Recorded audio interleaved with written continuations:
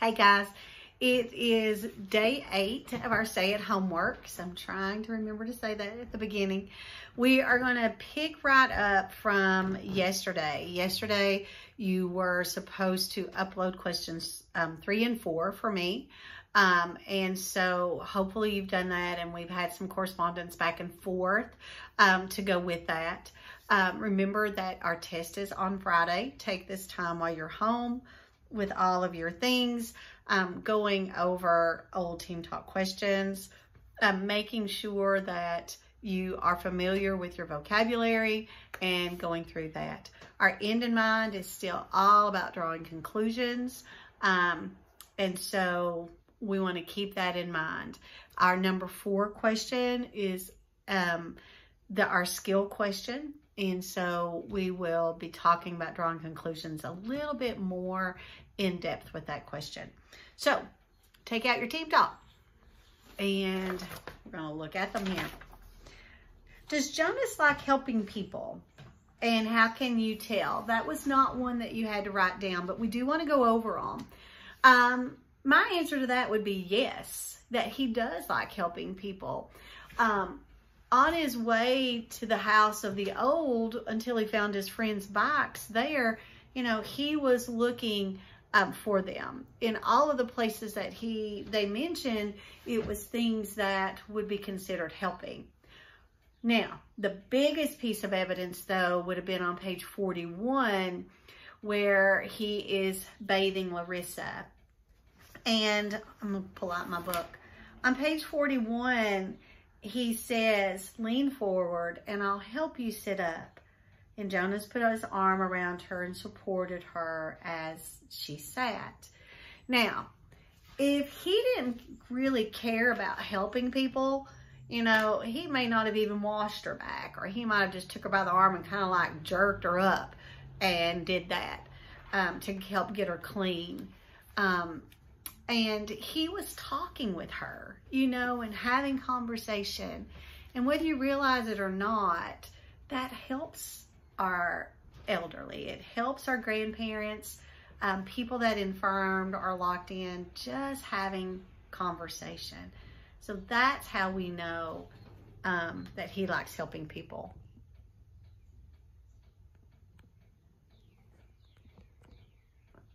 Sorry, I was trying to figure out how to pause it. I don't know how. Let's take a look at question 2. In 1 or 2 sentences, summarize what happens during the release of the elderly. Well, that is also on page 41.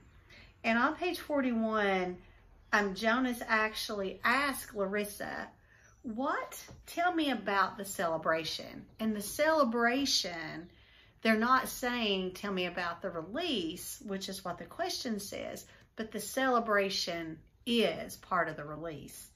So on page 41, it says, well, there was the telling of the life, then the toast, we chanted the anthem, and we made a lovely goodbye speech. So it's telling you what's taking place during that release ceremony. Now, if as an older adult, I can tell you what takes place at a funeral. Normally, all of the ones that I've been to, you have a pastor that stands up and does, he reads like when they were born, when they died, if they have a wife, a husband, siblings, that. Then there might be a pastor that comes forward, says a prayer. There might be a song. Then there might be another pastor that comes and does a sermon of some sort. There might be more music, and then a final prayer, and then the final saying of goodbye. So when we think about this release, that's what it's talking about. Let's look at question number 3. It says, compare Jonas's ideas about his stirrings with his parents' ideas about those. That was one of our end in mind questions that you had to put on our Google Classroom. So we want to take a look at that one pretty closely. Before we finished yesterday, I talked about the comparisons of this community of the stirrings with what we would consider puberty.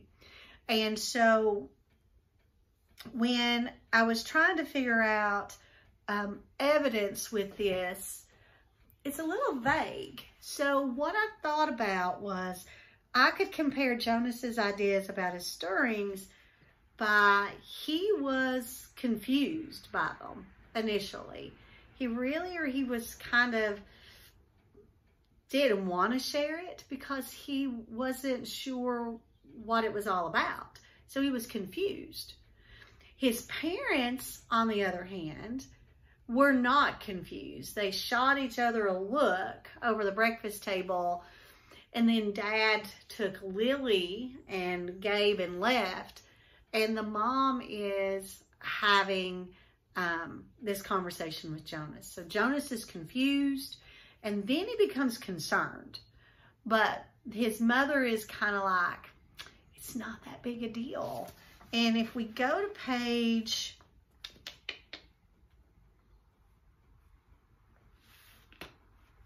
trying to see where I stopped.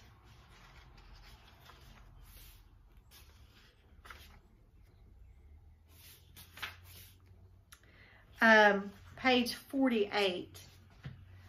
And he's showing concern by, he's like, do I have to report it? Because, you know, he's kind of embarrassed, I think. And his mother says, but his mother laughed, again in a reassuring, affectionate way. No, no, she said. It's just the pills. You're ready for the pills. That's all. That's the treatment for stirrings. So Jonas's ideas about the stirrings is that he's confused and a little concerned about the reporting aspect.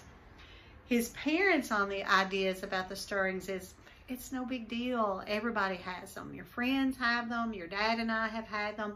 You just need to take the medicine. So that's what we were looking for there. That one's always a little harder for kids. And that's one of the reasons that I decided to change it from 1 to 3. Let's look at 4. This is our huge big end in mind question. Which of the following conclusions can you draw after reading this part of the story? And I would say that it is C, that the community is concerned with what people think. The evidence that I would use to support that is on page 47. I think it's 47. Where it says, attention, a reminder that stirrings must be reported in order for treatment to take place. So to me, the community is really concerned about what the citizens are thinking, because they keep wanting them to tell. You got to tell your dreams, okay? You got to tell the stirrings. You have to tell what you did every day at dinner time. It's almost as if there's no kinds of privacy to have those private thoughts that we all need to have. I mean, there are things in our lives that we don't want to share, that they are just personal to us. But this society doesn't seem to have that luxury. And so that would be how I would explain it. The evidence from the story to me would be some background knowledge about sharing the dreams, about sharing your day.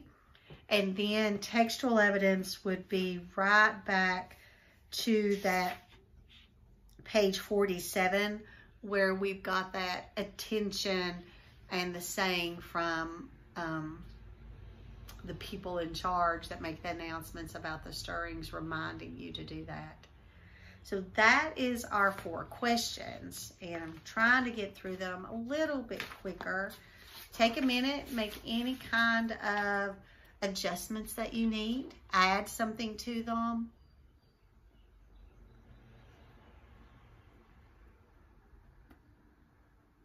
All right. Now, we are going to pick right back up in our story. We want to remember what our end in mind is. It is all about being able to take information that's presented in the story, and then how are we drawing conclusions from that? And that's where we're going to start. We're on page 48. And here we go. It was the sort of thing one didn't ask a friend about because it might have fallen into that uncomfortable category of being different. Asher took a pill each morning. Jonas did not. Always better, less rude, to talk about things that were the same. Now he swallowed the small pill that his mother handed him. That's all? He asked. That's all, she replied, returning the bottle to the cupboard. But you mustn't forget. I'll remind you for the first week, but then you must do it on your own. If you forget, the stirrings will come back. The dreams of stirrings will come back. Sometimes the dosage must be adjusted. Asher takes them, Jonas confided, and his mother nodded unsurprised. Well, many of your group mates probably do, the males at least, and they all will, soon, and females too. How long will I have to take them? Until you enter the house of the old, she explained. All of your adult life, but it becomes routine, and after a while, you won't even pay much attention to it. And she looked at her watch. If you leave right now, you won't even be late for school. Hurry along. And thank you again, Jonas, she added as he went to the door, for your dream. Pedaling rapidly down the path, Jonas felt oddly proud to have joined those who took the pills. And for a moment, though, he remembered the dream again. The dream had felt pleasurable, though the feelings were confused. He thought that he had liked the feelings that his mother had called stirrings. He remembered that upon waking, he had wanted to feel the stirrings again. Then, in the same way that his own dwelling slipped away behind him as he rounded a corner on the bicycle, the dream slipped away from his thoughts. Very briefly, a little guiltily, he tried to grasp it back. But the feelings had disappeared. The stirrings were gone. Chapter 6. Lily, please hold still, Mother said again. Lily, standing in front of her, fidgeted impatiently. I can tie them myself, she complained. I always have. I know that, Mother replied, straightening the hair ribbons on the little girl's braids. But I also know that they constantly come loose, and more often than not, they're dangling down your back by mid-afternoon. Today, at least, we want them to be neatly tied and to stay neatly tied. I don't like hair ribbons. I'm glad I only have to wear them one more year, Lily said irritably. Next year, I get my bicycle too, she added more cheerfully. There are good things each year, Jonas reminded her. This year, you get to start your volunteer hours. And remember last year when you became a 7, you were so happy to get your front button jacket. And the little girl nodded and looked down at herself, at the jacket with its row of large buttons that designated her as a 7. 4s, 5s, and 6s all wore jackets that fastened down the back so that they would have to help each other dress and would learn interdependence. Well, the front button jacket was the first sign of independence, the first very visible symbol of growing up. The bicycle at 9 would be the powerful emblem of moving gradually out into the community, away from the protective family unit. Well, Lily grinned and wriggled away from her mother. And this year, you get your assignment, she said to Jonas in an excited voice. I hope you get pilot, and then you can take me flying. Sure I will, said Jonas. And I'll get a special little parachute that just fits you, and I'll take you up to, maybe 20,000 feet and open the door and, Jonas, Mother warned. I was only joking, Jonas groaned. I don't want pilot anyway. If I get pilot, I'll put in for an appeal. Come on, Mother said, and she gave Lily's ribbon a final tug. Jonas, are you ready? Did you take your pill? I want to get a good seat in the auditorium. And she prodded Lily to the front door, and Jonas followed. It was a short ride to the auditorium, Lily waving to her friends from her seat on the back of Mother's bicycle. Jonas stowed his bicycle beside Mother's and made his way through the throng to find his group. The entire community attended the ceremony each year. For the parents, it meant 2 days holiday from work. And they sat together in the huge hall. Children sat with their groups until they went one by one to the stage. Father, though, would not join Mother in the audience right away. For the earliest ceremony, the naming, the nurturers brought the new children to the stage. Well, Jonas, from his place in the balcony with the 11, searched the auditorium for a glimpse of Father. It wasn't at all hard to spot him, to spot the nurturers section at the front. Coming from it were the wails and howls of the new children who sat squirming on the nurturers' laps. At every other public ceremony, the audience was silent and attentive. But once a year, they all smiled indulgently at the commotion from the little ones, waiting to receive their names and families. Jonas finally caught his father's eye and waved. And Father grinned and waved back, then held up the hand of the new child on his lap, making it wave too. Now that we've read this part of the story, I want you to think about, are rituals important to this community?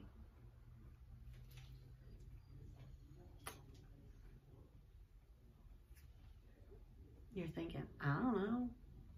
And some of you are going, well, I think I know. The answer is yes. And the way that I was able to draw that conclusion is that they're important because at the beginning of the story, or the beginning of this chapter, the mother is taking extreme care in making sure that Lily looks her best, that her ribbons are tied, that her hair is straightened up, and she's like, I want to make sure that they stay tied all day. So I'm doing it. You know, so we know that it's important. And another way that we know that they're important is that the mom is excited. She wants to get there to make sure that she gets a good seat. Now, if rituals weren't important in this community, you really wouldn't care that much about it. You'd be like, whatever, I'm just going to wander in late and find a seat. But she's like, oh, we got to get there early. Come on, we got to go. And so that's how we know it's important. Now, I want you to think about rituals. Do we have rituals in our community? We do. We most definitely do. There are some rituals that as a community as a whole, or society as a whole, the majority of that people celebrate. And then there are rituals within your household that you might participate in that others don't. So a ritual for us as a society, or let me just say southeastern Kentucky, that the vast majority of people do is they celebrate Christmas. We celebrate birthdays and the importance of birthdays. Those are considered rituals. Rituals within your household could be different from home to home. For my household, we do a nightly ritual of we have dinner together. Everybody gets their food. We go to the dining room table and we eat together. It's not mandatory that you share your day, but we end up sharing tidbits of things that did happen. You know, I'm not going to look and say, Eli, what happened at school today? And I want an hour by hour by hour. But it's not unusual for me to give a couple of things that happened at my day and it volley back and forth across the table. That is a ritual. Some people might have a ritual that after dinner they take a walk. You know, I live in a town, and so I'm able to sit on my porch because my ritual is I'm going to go have a seat in a chair and read a book. But I can watch a lot of the same people evening after evening after evening taking their evening walks, either with dogs or with their kids on bicycles. Those are ritualistic things. It's things that are expected, things that happen. All right. Now, I'd like you to take your team talk, and I want you to break down the questions for me. Okay, we are on day 4 That's where you're going to start. And I've got explain why the ceremony of 9 is one of the most favored ceremonies.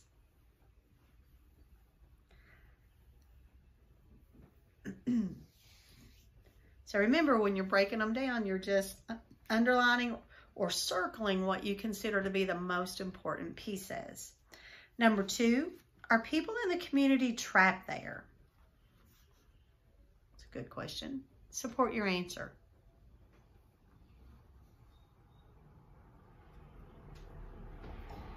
And number 3, how are people's assignments chosen?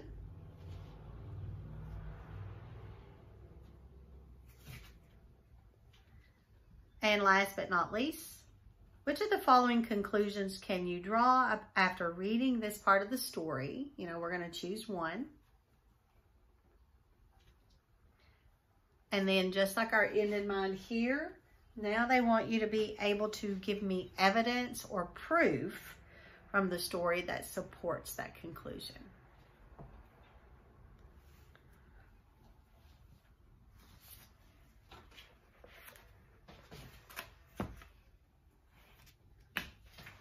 All right, so here we go. I'm going to sit for a little bit.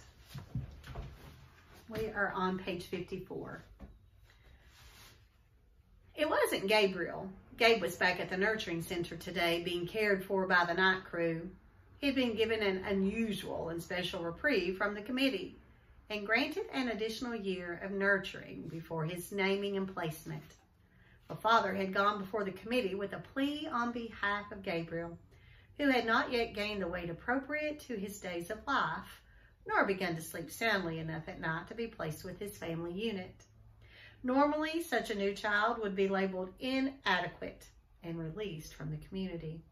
Instead, as a result of father's plea, Gabriel had been labeled uncertain, and given the additional year, he would continue to be nurtured at the center and would spend his nights with Jonas's family unit. Each family member, including Lily, had been required to sign a pledge that they would not become attached to the little temporary guest, and that they would relinquish him without protest or appeal when he was assigned to his own family unit at next year's ceremony. At least, Jonas thought, after Gabriel was placed next year, they would still see him often because he would be part of the community. If he were released, they would not see him again, ever. Those who were released, even as new children, were sent elsewhere and never returned to the community. Well, Father had not had to release a single new child this year, as Gabriel would have represented a real failure and sadness.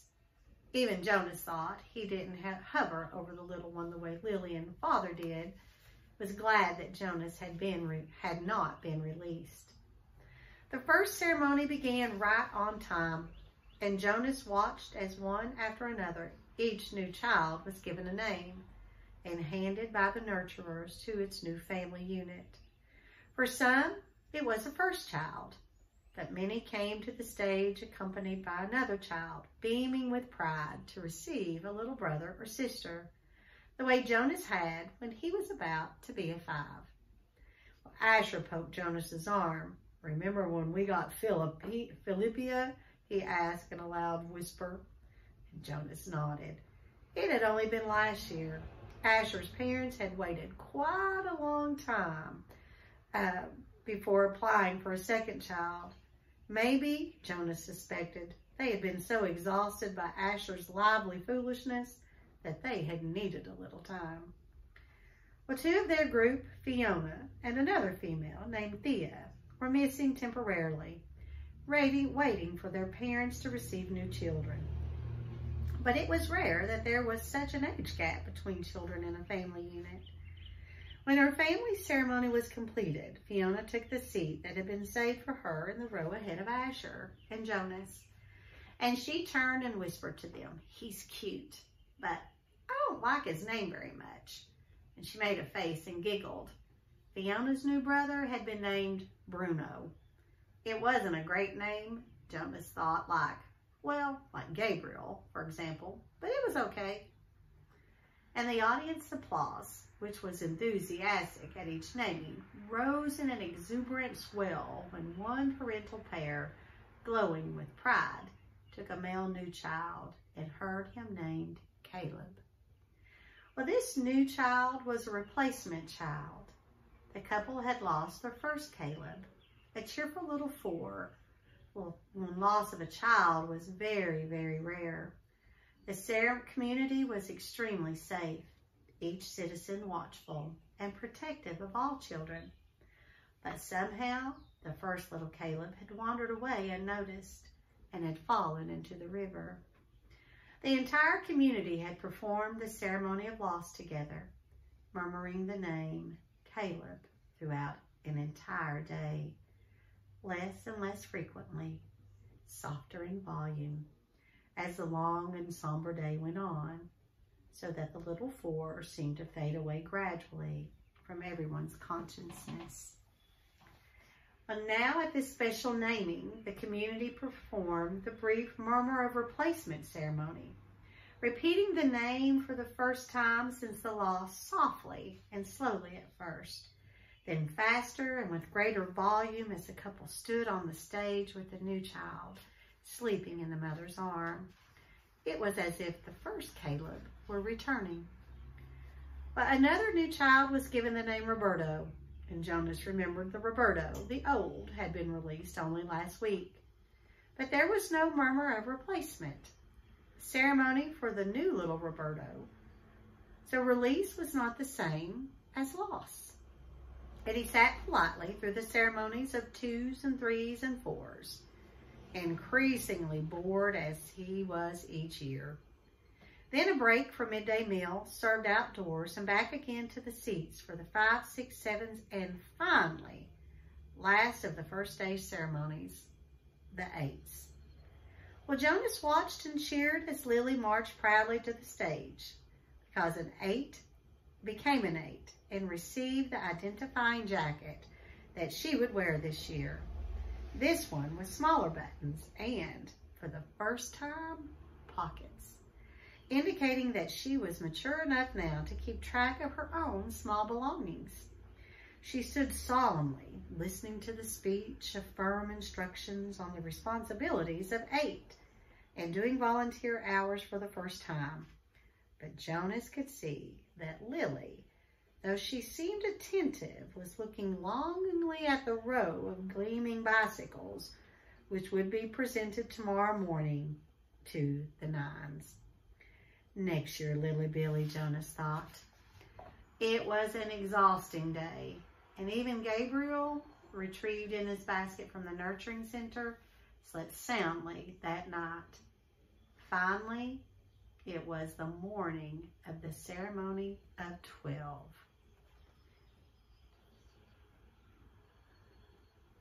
Now, Father sat beside Mother in the audience, and Jonas could see them applauding dutifully as the 9s, one by one, wheeled their new bicycles, each with its gleaming name tag attached to the back from the stage.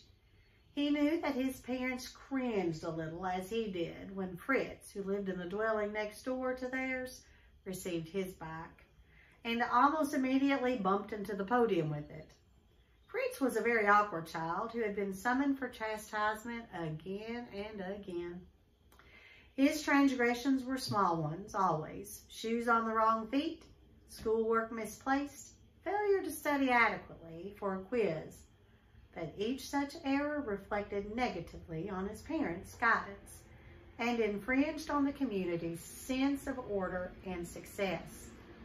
But Jonas and his family had not been looking forward to Fritz's bicycle, which they realized would probably too often be dropped on the front walk instead of wheeled neatly into its port. Finally, the 9s were all resettled in their seats, each having wheeled a bicycle outside where it would be waiting for its owner at the end of the day. Everyone always chuckled and made small jokes when the 9s rode home for the first time. "Want me to show you how to ride?" older friends would call. "I know you've never been on a bike before." but invariably the grinning nines, who in technical violation of the rule had been practicing secretly for weeks, would mount and ride off in perfect balance, training wheels never touching the ground. See if there's anything that you can write down in your team talk as far as guidance as to where evidence/proof would be found. And I'm going to do the same thing.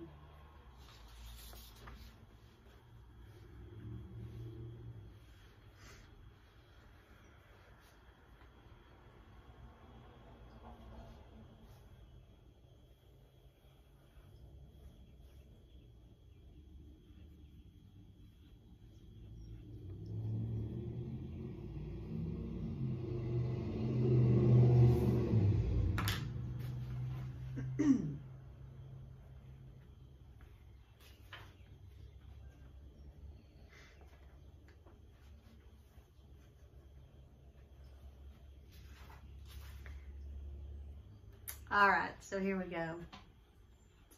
In the 10s, Jonas never found the ceremony of 10 particularly interesting, only time-consuming, as each child's hair was snipped neatly into its distinguishing cut. Females lost their braids at 10, and males, too, relinquished their long, childish hair and took on the more manly short style, which exposed their ears. Laborers moved quickly to the stage with brooms and swept away the mounds of discarded hair.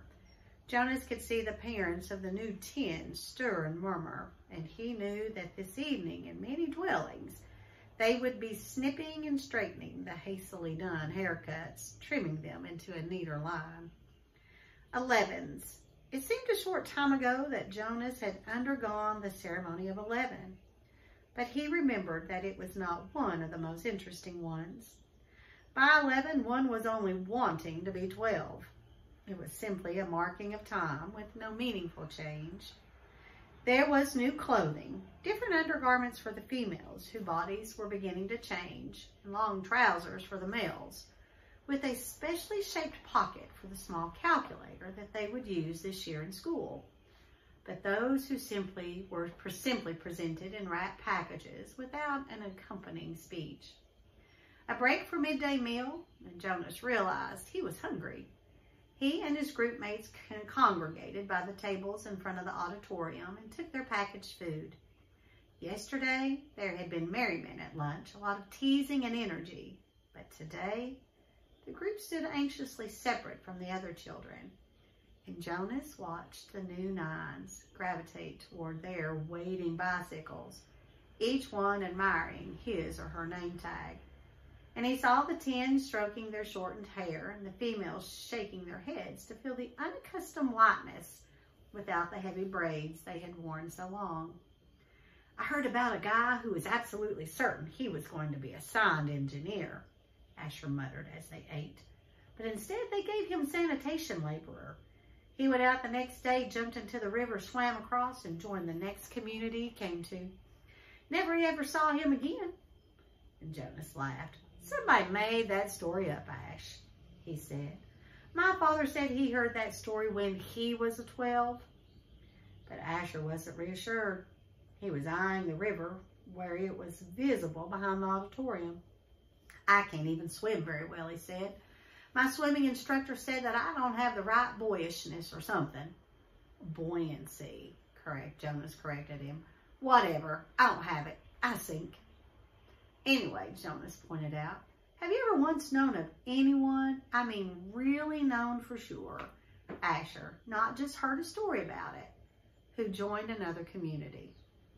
No, Asher admitted reluctantly, but you can.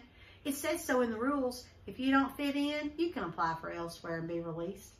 My mother says that once about 10 years ago, someone applied and was gone the next day. Then he chuckled. She told me that because I was driving her crazy, she threatened to apply for elsewhere. She was joking. I know, but it was true what she said, that someone did that once. She said that it was really true. Here today and gone tomorrow. Never seen again, not even a ceremony of release. But Jonas shrugged. It didn't worry him. How could someone not fit in? The community was so meticulously ordered. the choices so carefully made. Even the matching of spouses was given such weighty consideration that sometimes an adult who applied to receive a spouse waited months and even years before a match was approved and announced. All of the factors, disposition, energy level, intelligence, and interest, had to correspond and to interact perfectly. Jonas's mother, for example, had higher intelligence than his father, but his father had a calmer disposition. They balanced each other. Their match, which like all matches, had been monitored by the committee of elders for 3 years before they could apply for children, and it had always been a successful one. Like the matching of spouses and the naming and placement of new children, the assignments were scrupulously thought through by the committee of elders. He was certain that his assignment, whatever it was to be, and Asher's too, would be the right one for them. He only wished that the midday break would conclude, that the audience would re-enter the auditorium, and the suspense would end. As if in answer to his unspoken wish, the signal came, and the crowd began to move toward the doors. See what you can write down as evidence right now.